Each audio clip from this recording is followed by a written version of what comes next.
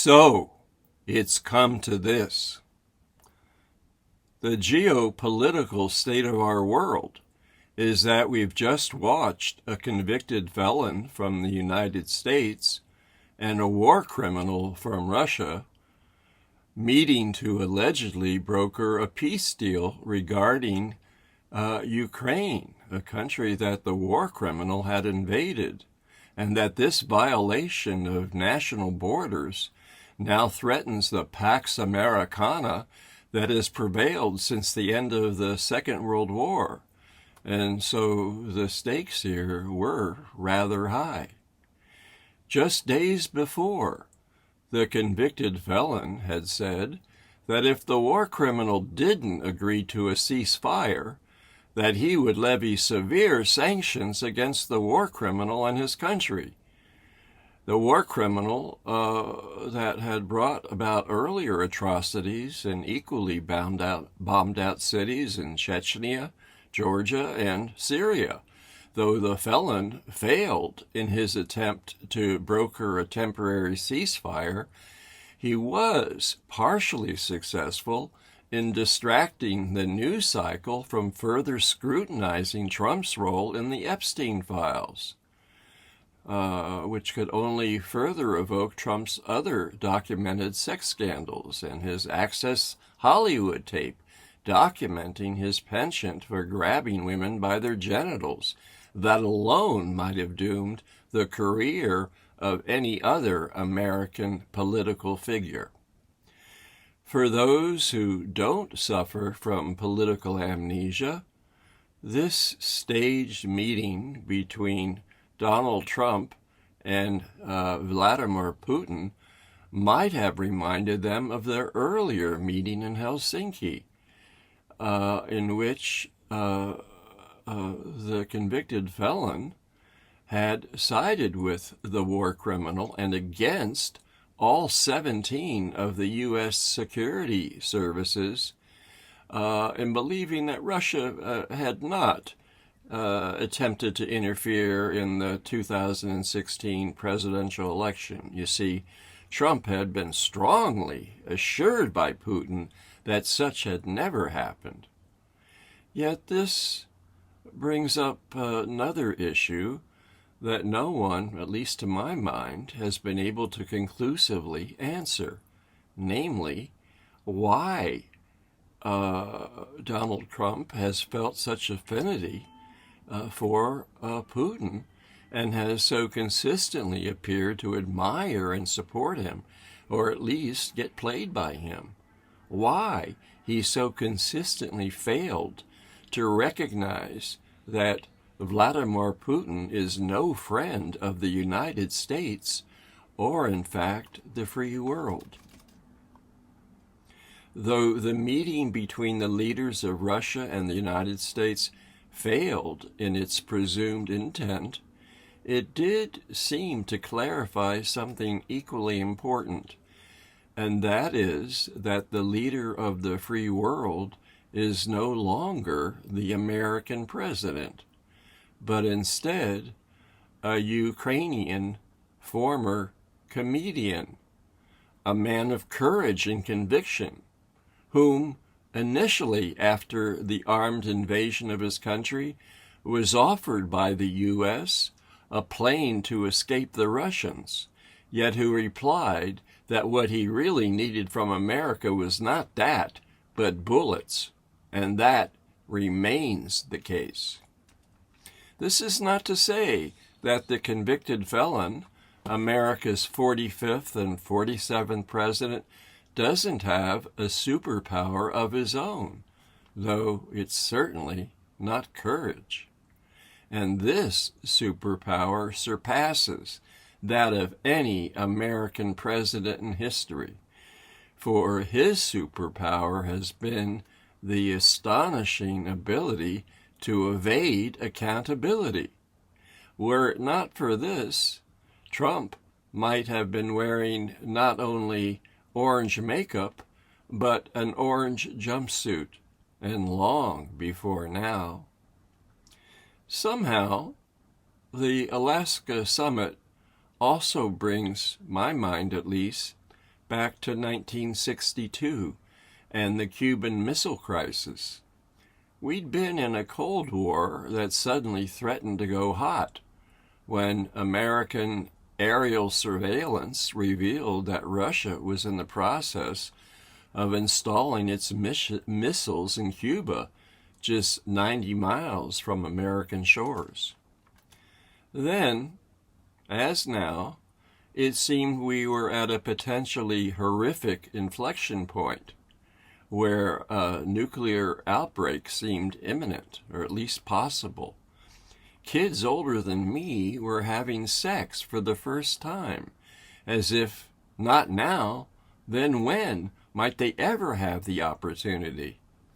As for American kids my age, living in the Washington, D.C. area, we were having school-wide exercises of crouching beneath our school desks when an alarm went off, as if this preemptive training might have saved us from a nuclear bomb, while those with the means were building their own bomb shelters.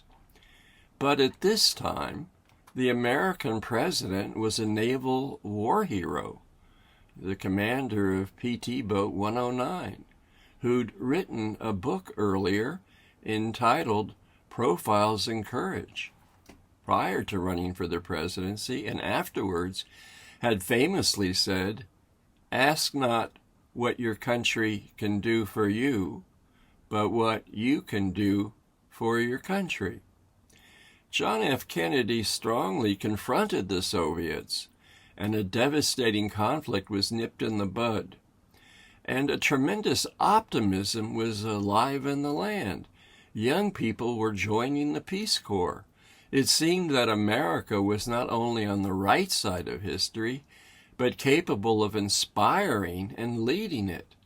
And then JFK was assassinated, followed by the assassination of his brother Bobby and also Martin Luther King. What happened to that spirit of optimism once afoot in the land?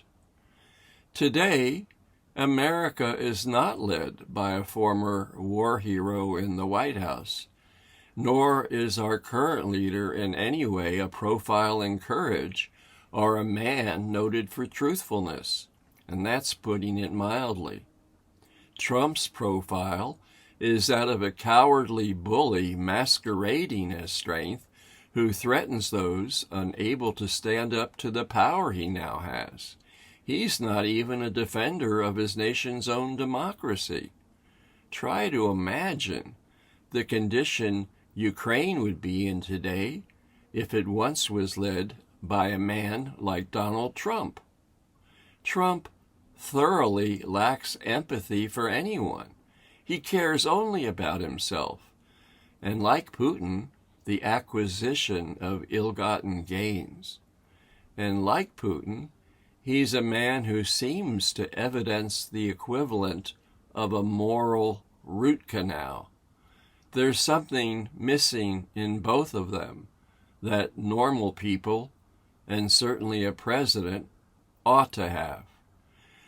For 250 years now, America has inspired the world, if less admirably at times, with its example of a successful democracy. And a successful democracy is exactly what Putin doesn't want visible so close to his own nation's borders. American democracy is a three-legged tripod that our founding fathers established to protect against what's happening now. But the excesses of the executive leg of the tripod are no longer being countered by the legislative branch.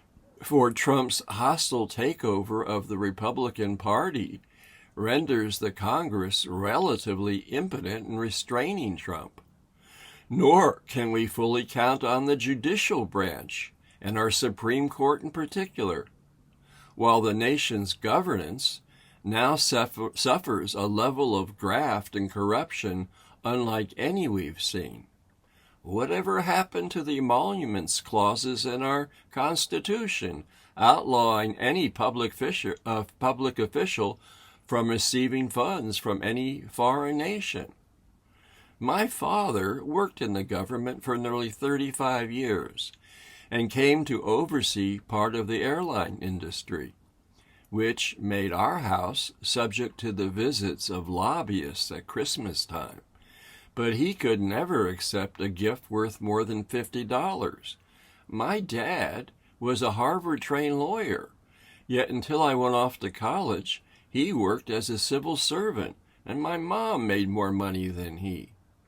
While a large number of Americans today are in danger of losing their health care, and while Trump's tariffs will only continue to increase the costs of what we buy, the New York Times estimates that Trump's personal net worth has increased by $3.4 billion from his two presidencies, and we're still in the first phase of his second one. And from all the gewgaws he continues to sell: Bibles, shoes, hats, burgers, commemorative coins, unsecured bitcoins. Hard to keep track of them all. In the aftermath of the Alaska summit, before Trump even called Zelensky on the phone, he staged a telephone call with Sean Hannity and sent out a mailing to his list appealing for funds to be sent to him. Donald Trump is 79 years old. What's he going to do with all the wealth he already possesses? Yet he can't help it. It's an addiction.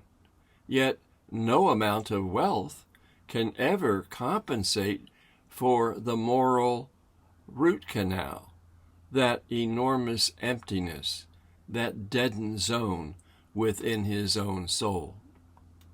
Today, when all of America's most senior military generals have been axed, where are even the nation's inspector generals, or anyone in charge of executive oversight?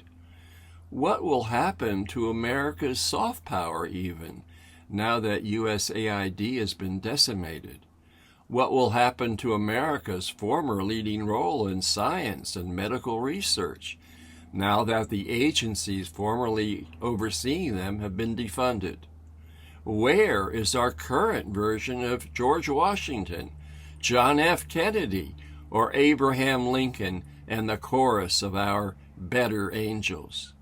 And if the Congress can't stop him, and the Supreme Court won't, some have more cynically asked, where is Lee Harvey Oswald now that we need him?